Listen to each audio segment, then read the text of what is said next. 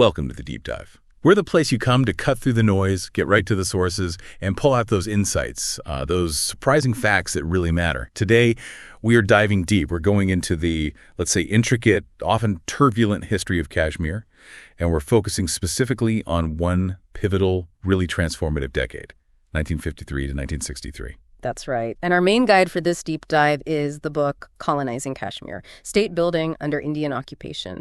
It's really fascinating work, offers a very nuanced look at how state power actually works and how it's resisted in these incredibly contested spaces. So our mission today is to unpack all those layers, the governance, the economic development, the cultural shifts, and the raw dynamics of dissent during this absolutely critical period in Kashmir's modern history. You'll hear how local aspirations sort of slammed into broader political realities, and sometimes, well, the results were quite unexpected.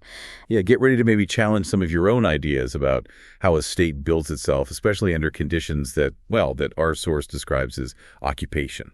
Let's jump right in. Okay, so to really get our heads around Bakshi's era, the one we're focusing on, we need to set the scene a bit first.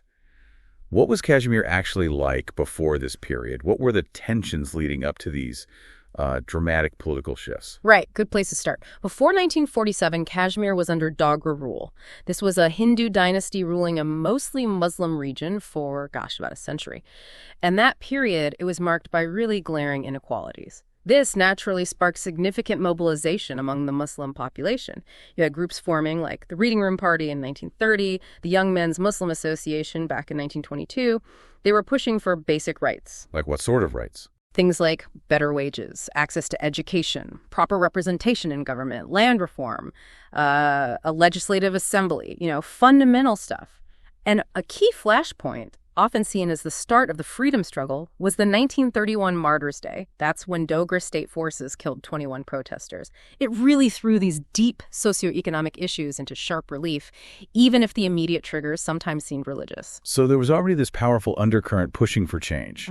And then comes the Naya Kashmir Manifesto. What was that all about? What was its vision? Naya Kashmir, New Kashmir. It was this 44-page document laying out a really ambitious plan for a future state. Secular, democratic. It drew heavily, and this is interesting, from Soviet-style governance, planned economy models. But what's crucial, I think, is that it was the first real adoption of popular sovereignty for the people of Kashmir, the state subjects. It came right out of these land rights movements and protests. It even called for big cultural developments, a radio station in Kashmiri, an institute of art and culture. The aim was unity, secularism. Okay, fast forward then to post-partition, 1947. Things escalate dramatically, leading to the first India-Pakistan war. Now, our source, it really pushes back against the common narratives here, doesn't it? It absolutely does. The standard Indian nationalist story often paints Pakistan as the clear aggressor, talks about invading tribals, forcing India's hand. But this source gives a starkly different view. It highlights that something like 65% of these so-called tribals were actually native Kashmiris. Really? 65%? Yeah, revolting against the Dogra state. And here's where the source gets really unsettling. It also claims that Sheikh Abdullah's interim government and the Indian government were complicit in the ethnic cleansing of Muslims from the Jammu region in November 1947. Complicit? By failing to protect them and then forcibly transporting them across the border, it created this huge refugee crisis. The author goes so far as to suggest India had actually premeditated the outcome of Kashmir's accession even before the Maharaja, Hari Singh, signed the papers. This whole chaotic period eventually led to the UN ceasefire line, what we now call the line of control, which of course permanently split the old princely state. Wow, that's a major reframing of that moment. So, okay, this brings us to Sheikh Abdullah's rule from 47 to 53.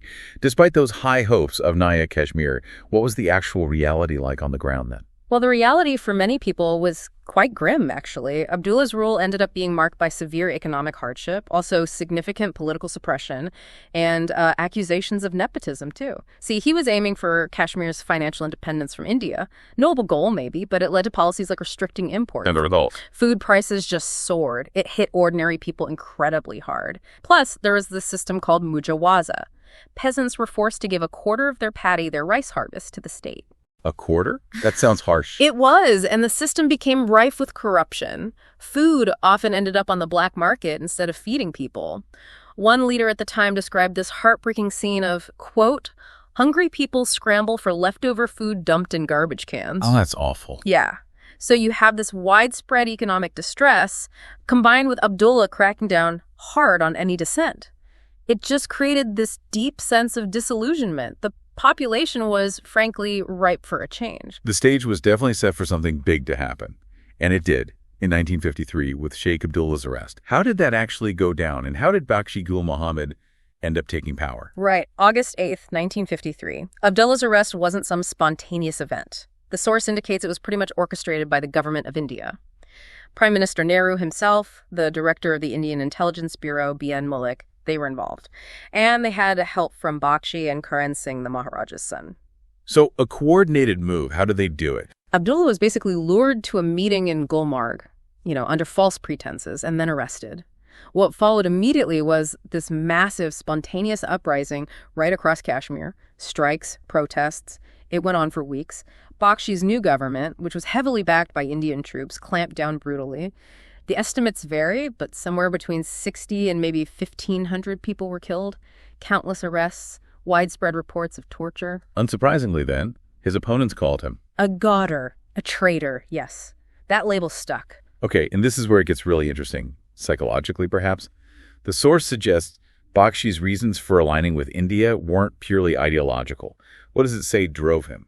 This is a really crucial insight from the book. B.N. Mullik, the intelligence chief, and also Bakshi's own nephew, Nazir Bakshi, are quoted suggesting his loyalty to India was more pragmatic, not based on strong ideological grounds. Practical how? Nazir Bakshi apparently stated that his uncle believed India was simply too powerful for Kashmiris to fight. Therefore, it was better to get the best out of India. A calculation. He was also genuinely worried, it seems, about the violence India might unleash if Kashmir tried to change course politically. And he figured it was better to have a Kashmiri Muslim as prime minister, even one aligned with India, than someone imposed from Delhi, an independent Kashmir. He apparently saw that as just impossible at the time. So less about ideology, more about perceived necessity, maybe survival. It seems that way. A calculated strategy, perhaps more than a heartfelt embrace of Indian nationalism, according to the source. Right. So once he's in power, Bakshi kicks off this massive state-building project, as the source calls it. What did that actually involve? How big was this transformation? It was huge. Bakshi's policies aimed to fundamentally reshape Kashmir's local culture, its politics, its economy, really alter people's daily lives. And with a lot of financial help from India, his government rapidly set up tons of public institutions and development projects. Like what specifically? We're talking schools, colleges, universities, hospitals, roads, tunnels, big irrigation and power projects, cultural centers, social welfare associations, a whole infrastructure. The overall goal, according to the source, was yes, partly to empower the Muslim majority, but also to kind of emotionally integrate them into India. And crucially, to normalize what the source calls India's colonial occupation, make it look beneficial, inevitable to everyone watching internationally, within India, and locally too. And who are the main people benefiting from all this investment? Well, Bakshi's government definitely focused on empowering Kashmiri Muslims. They became the main beneficiaries of these economic and educational policies. There were a few reasons. One, they were the clear majority. Two, they had been historically disadvantaged under the Dogras. Three, they were actively demanding progress. But strategically, it was absolutely critical for maintaining political stability and for countering those strong pro-Pakistan feelings that really surged after Abdullah was arrested. The government aimed to sort of cultivate this secular, modern Kashmiri Muslim identity that would align with India's own narrative about itself being secular. It definitely sounds like boosting the economy was central, maybe the central pillar of Bakshi's strategy to win people over. Yeah. How did that actually play out? And how different was it from Abdullah's approach? Oh, completely different. It was key. The new government and India, they realized pretty quickly that economic prosperity was vital if they wanted to control Kashmir and build closer ties. This was a total U-turn from Abdullah's self-sufficiency idea, which, as we said, caused a lot of hardship. Under Bakshi, education suddenly became free right up to university level. That was groundbreaking, unique in India at the time. And it led to this huge jump in student numbers. They also got rid of that Mujawaza system, the forced paddy contribution, which was a massive relief for rural people. Overall, you saw a noticeable rise in per capita income, tens of thousands of jobs created. Yeah. People started buying more modern goods, cars, radios. And Bakshi himself pushed for this? Very much so. The source says he actively advocated for Kashmir's needs, often pushing back against ministries in Delhi. Like, he'd insist on specific types and amounts of subsidized rice, arguing that messing that up, providing bad quality rice or withholding it, could directly fuel opposition anti-India feelings. Especially with elections coming up, he knew the politics of food. So the economic aid was very clearly, very directly tied to political control. But even with all this development, were there downsides? Criticisms of this model? Oh, absolutely. Plenty. For one, while there was growth, the overall rate stayed pretty low. The government never really managed to generate enough revenue on its own. It was heavily dependent on that constant flow of cash from India. And there were serious, persistent problems with infrastructure. Kashmir lagged way behind other Indian states in things like agricultural modernization, far fewer tractors, irrigation pumps than, say, Punjab. And maybe the biggest issue, corruption. It was reportedly widespread, especially in the public works department. How so? What kind of corruption? Officials siphoning off funds, using substandard materials for projects. The source even mentions officials damaging existing roads just to justify getting funds for repairs. Deforestation, illegal timber smuggling, those also hit all-time highs during this period. And what about the officials themselves? Was it just systemic, or was personal enrichment involved? Oh, it was rampant, according to reports from the time. Officials enjoyed huge privileges. Contemporary publications were demanding reviews of their private property, citing cases where kids of influential figures got preferential treatment, easy loans, scholarships, training opportunities. Officials were described as dipping into state funds for personal luxuries, furniture, travel, even petrol for their cars. The source suggests this money wasn't just for development projects, it was also effectively bribing an entire class of officials, creating these dense networks of power and patronage that were absolutely essential for electoral politics. Right, keeping the system loyal. Exactly. And what's telling is the Iyengar Commission of Inquiry, which happened in 1965 after Bakshi stepped down.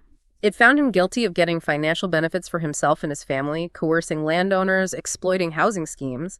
But the source adds an interesting layer.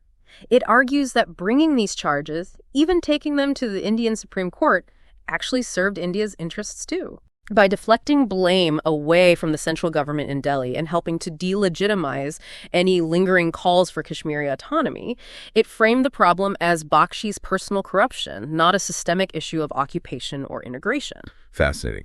Okay, moving beyond the economy, Bakshi's government clearly understood the power of perception, of narrative. How did they try to shape that narrative and integrate Kashmir culturally? Media manipulation was absolutely central. Radio Kashmir, which had started under Abdullah, was massively expanded. Its job was to publicize all the new government policies and, very importantly, to justify Abdullah's arrest. It complemented the government's wider cultural agenda. You'd have cabinet ministers, administrators going directly on air to talk about development schemes, trying to create this image of accountability, of transparency. The Indian government even subsidized community radios to spread the message further. Information centers were set up too, using everything from poetry and drama to film shows and debates to publicize government plans. The goal was always to shift the focus away from Kashmir's political status and onto development, progress, modernity. And the Department of Information worked hard to cultivate close ties with the press, local, Indian, even international. Local newspaper editors, many in the Kashmir Journalists Association, apparently assured the government of their full cooperation. Well, the government made it almost impossible for independent papers to operate without getting official approval. That meant intrusive police intelligence background checks. Publishers who were deemed anti-national, the source mentions one described as a zealous Muslim leaguer, were just flat out rejected. Meanwhile, Indian newspapers frequently published supplements prepared by the state, often verbatim, and they got lucrative government advertising deals in return. Ensuring positive coverage, essentially. Yes, very much. It deflected critical examination of what was actually happening politically on the ground. That covers the domestic media angle. Yeah. What about the wider world? How was Kashmir perceived internationally during this time? That must have mattered too. Hugely. In the early 50s, the US and the UK were quite suspicious of India's non-aligned stance, its closeness to the Soviet Union. So they generally favored a UN-backed solution for Kashmir, usually meaning a plebiscite. They also wanted to keep the Muslim world happy. This often led to critical coverage of India in the American press. But that changed. Yes, a big turning point came in 1952. The Soviet representative at the UN, Jacob Malik, stood up and accused the US and Britain of crude imperial intervention in Kashmir. He basically called a UN-supervised plebiscite a plebiscite under the U.S. India saw this as a major diplomatic victory. Then, an even more crucial shift happened with the visit of a high-level Soviet delegation to Kashmir in December 1955. What happened during that visit? It was a huge state event. A public holiday was declared. Thousands of people were bussed in for rallies, apparently, with promises of free rides and lunch, though the source notes the return journey promises weren't always kept. Bakshi made sure to showcase all the economic development projects to the Soviets.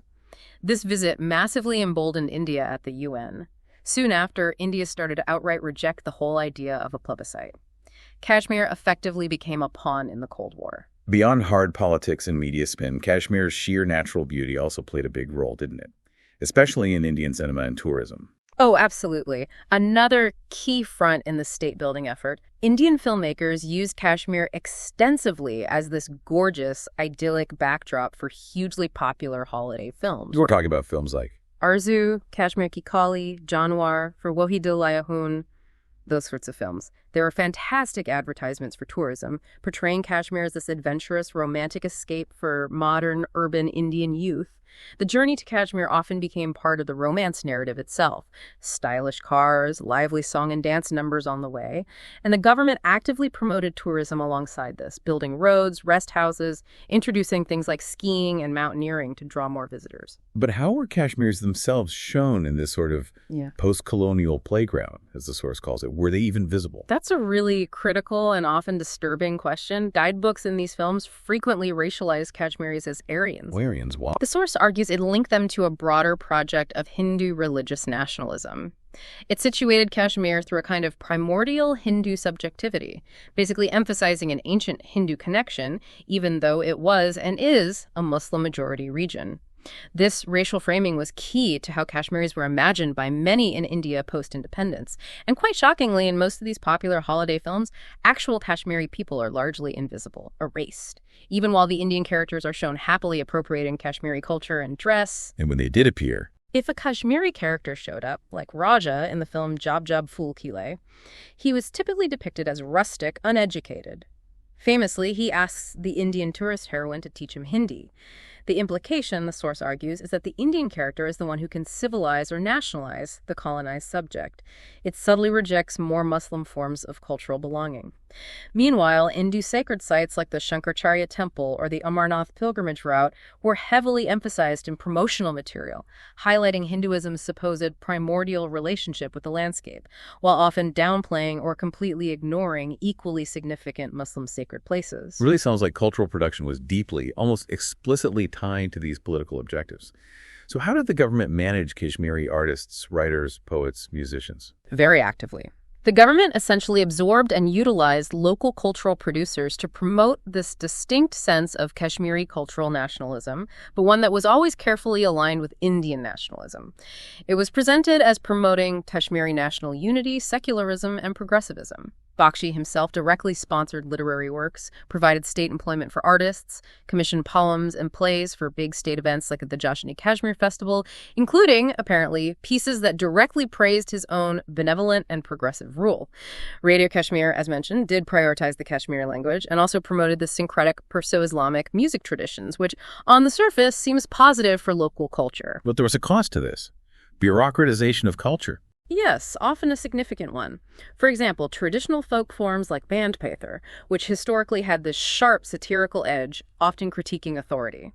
Well, they lost much of their independence once they became institutionalized and state-sponsored. Some writers, like Dina Nath Nadim, openly satirized the bribery and sycophancy that became common among the intelligentsia. He lamented artists becoming more concerned with money than with artistic truth. Other works, like Ali Muhammad Lone's short story, The Strange Mahala, exposed the corruption and the desperate situation of the poor, cutting through the official narrative. Raymond Rahi's satirical poem, Maifi Nama, was a direct attack on Bakshi's dictatorial style. So there was resistance within the cultural sphere, too. Definitely. These works reveal deep internal tensions. They show resistance to the government's idealized, sanitized cultural narrative. The source talks about a fragmented Kashmiri self emerging from this period. Let's circle back to education. We heard earlier it was a massive part of Bakshi's plan. How exactly was it supposed to shape Kashmiri identity, and what were some of the maybe unintended consequences? Right. The original Naya Kashmir Manifesto envisioned education uniting the state, celebrating diversity, using Urdu as the main language, but teaching mother tongues in primary schools. Then Bakshi's government made education free right up to university. As we said, hugely popular. It undeniably spurred social mobility, especially for Muslim families who hadn't had those opportunities before. Many moved into the middle and upper classes because of it. And strategically, it was definitely a move to appease Kashmiris after Abdullah's arrest and the subsequent crackdown. But the implementation of language policy got very tricky, very ambiguous. While Naya Kashmir talked about developing all regional languages, Bakshi's government largely sidelined Kashmiri in schools, favoring Urdu as the main medium of instruction. Even though Kashmiri was spoken by almost everyone in the valley. Exactly. 97% of the valley's population spoke Kashmiri. Part of the reason seems to be that the bureaucracy just found Kashmiri inconvenient.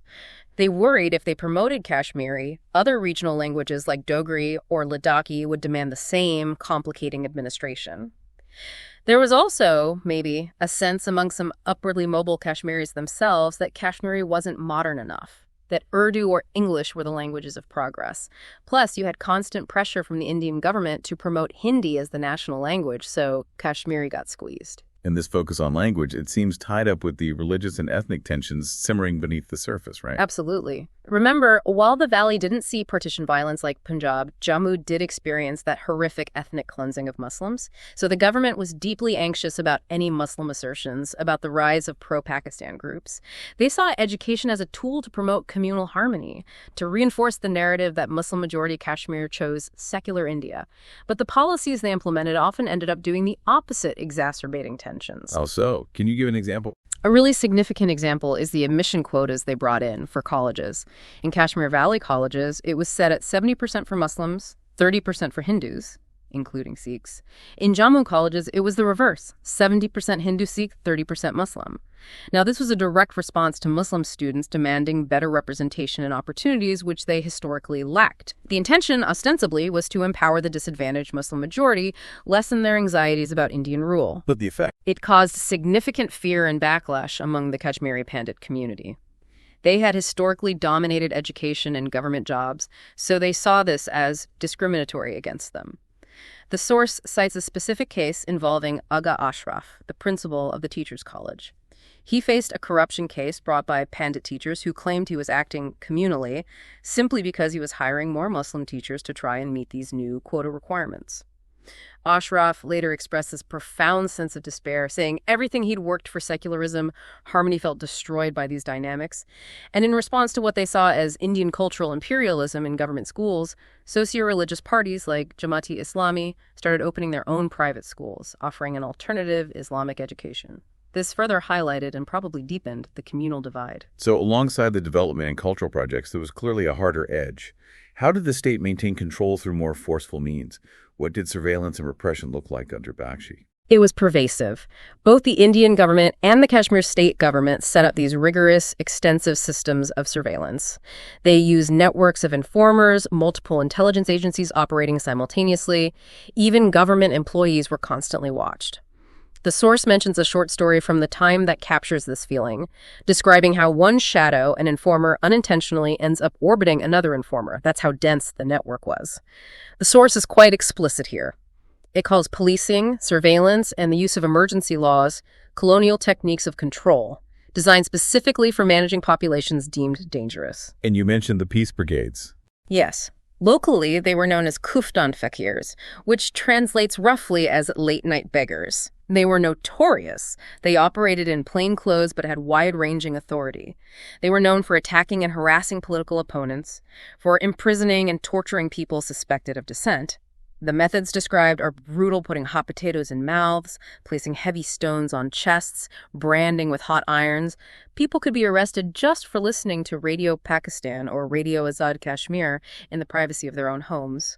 That's terrifying. What was the legal basis for all this? How could they get away with it? Well, in 1954, the Indian Supreme Court's jurisdiction was extended to Kashmir. So theoretically, fundamental rights should have applied. But, and this is the crucial but these rights could be suspended at the discretion of the Kashmiri authorities if they cited security reasons. And there was no judicial review. None. So, rights on paper, but easily bypassed in practice. Exactly. It effectively created what the source calls a draconian police state. Laws like the Public Security Act were used to severely curtail civil liberties, allowing things like property confiscation without due process. Another law, the Enemy Agents Ordinance, allowed for arrest, trial, and even the death penalty for anyone suspected of pro-Pakistan leanings. This included people who were simply peacefully advocating for the UN-promised plebiscite. Public meetings, processions forbidden, unless, of course, they were in support of Bakshi's ruling party. The source makes a powerful point here. This kind of preventive detention, arresting people before they commit a crime, wasn't seen as an exception in emergencies. It was, quote, written into the logic of occupational constitutionalism. It was fundamental to how the system operated. So, faced with this level of suppression, how did the opposition even function? How did they respond? It was incredibly difficult, obviously, but they didn't disappear. Dissident groups like the Political Conference and the Plebiscite Front kept campaigning for the plebiscite.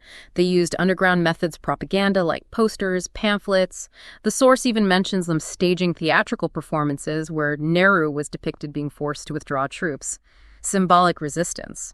They also organized boycotts, boycotting elections, but also social boycotts of Kashmiris seen as collaborating with India, sometimes going as far as refusing burial space in community graveyards for relatives of people in pro-Indian parties. Wow. And what about Abdullah? Did the pressure to release him continue? Immense pressure. Both domestically and internationally, there was this growing sense that Sheikh Abdullah was maybe the only figure with the moral authority to actually settle the Kashmir issue definitively. He was briefly released in January 1958, and it sparked this huge outpouring of popular enthusiasm. Massive processions, fiery speeches denouncing Bakshi's administration. Interestingly, the source notes that during this brief release, there weren't overt pro-Pakistan slogans. The focus was against Bakshi's rule. Abdullah made a point of visiting the families of those killed back in the 1953 crackdown when Bakshi took power, deliberately drawing that historical line back to the earlier anti-Dogra freedom struggle. So it really sounds like this whole state-building project, despite the economic development, the cultural initiatives, the heavy hand it ultimately generated, massive, maybe even inevitable dissent. What was the fallout, especially after Bakshi's time? You've hit the nail on the head. That's the core tension. The Holy Relic incident in December 1963, the theft of a hugely revered Muslim relic from the Hazrat Bal Shrine, sparked genuinely mass protests. It showed just how fragile Bakshi's state-building edifice really was. His successor, G.M. Sadiq, came in and tried a different approach, a policy of political liberalization. He allowed previously banned groups and newspapers to operate again. And the effect of that liberalization? Ironically, it opened the floodgates. It paved the way for much more radical student politics and a resurgence of pro-plebiscite activism. You had new groups forming, like the Student and Youth League, who were directly inspired by things like the Algerian War of Independence. They started talking openly about Indian cultural imperialism, critiquing things like the imposition of the Indian national anthem in schools.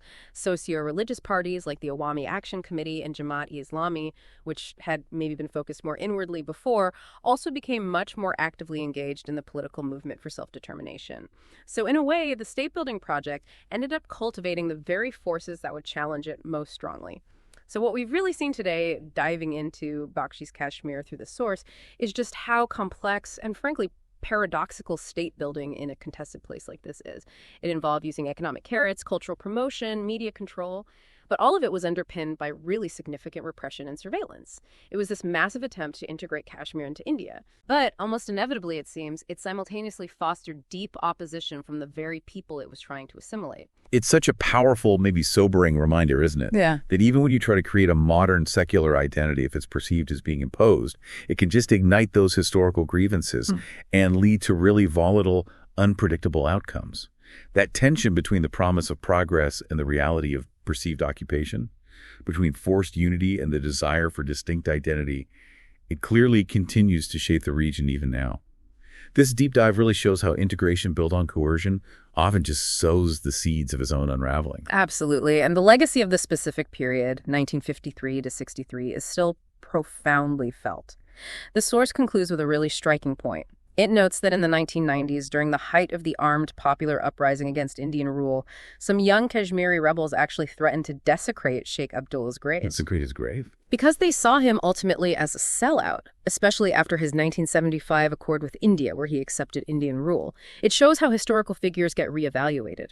The source goes on to argue that today, in Kashmir, there's no longer even a real pretense that Kashmiri Muslims belong to India, or that India operates as a secular state in that context.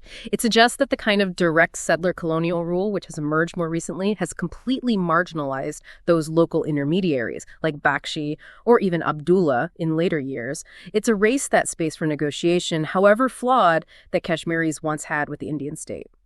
So pulling back, what does this whole deep dive into Kashmir's contested path tell us about how nations define themselves? And maybe, more pointedly, how far they'll go to assert control over territories and identities they claim? It really leaves us wrestling with a critical question, doesn't it? Can genuine lasting integration ever be achieved through means that are perceived by the population as colonial, as imposed? Or does that approach inevitably just spark and sustain an enduring resistance? That's a fascinating and I think essential thought to hold on to as you reflect on this incredibly complex and impactful history we've discussed today.